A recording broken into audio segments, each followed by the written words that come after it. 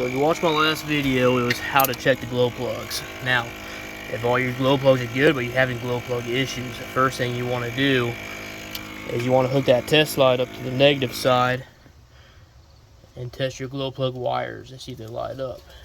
If they don't light up, then you need to go turn your key on and off again.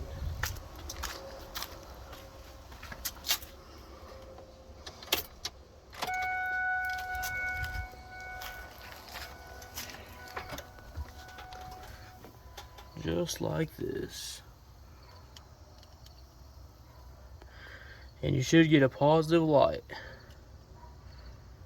And you would need to check all of them all the way down. So along the glow plugs, don't just stop at one, do them all. Now usually, if this is the issue and the light does not light up, then it's inside the gasket itself.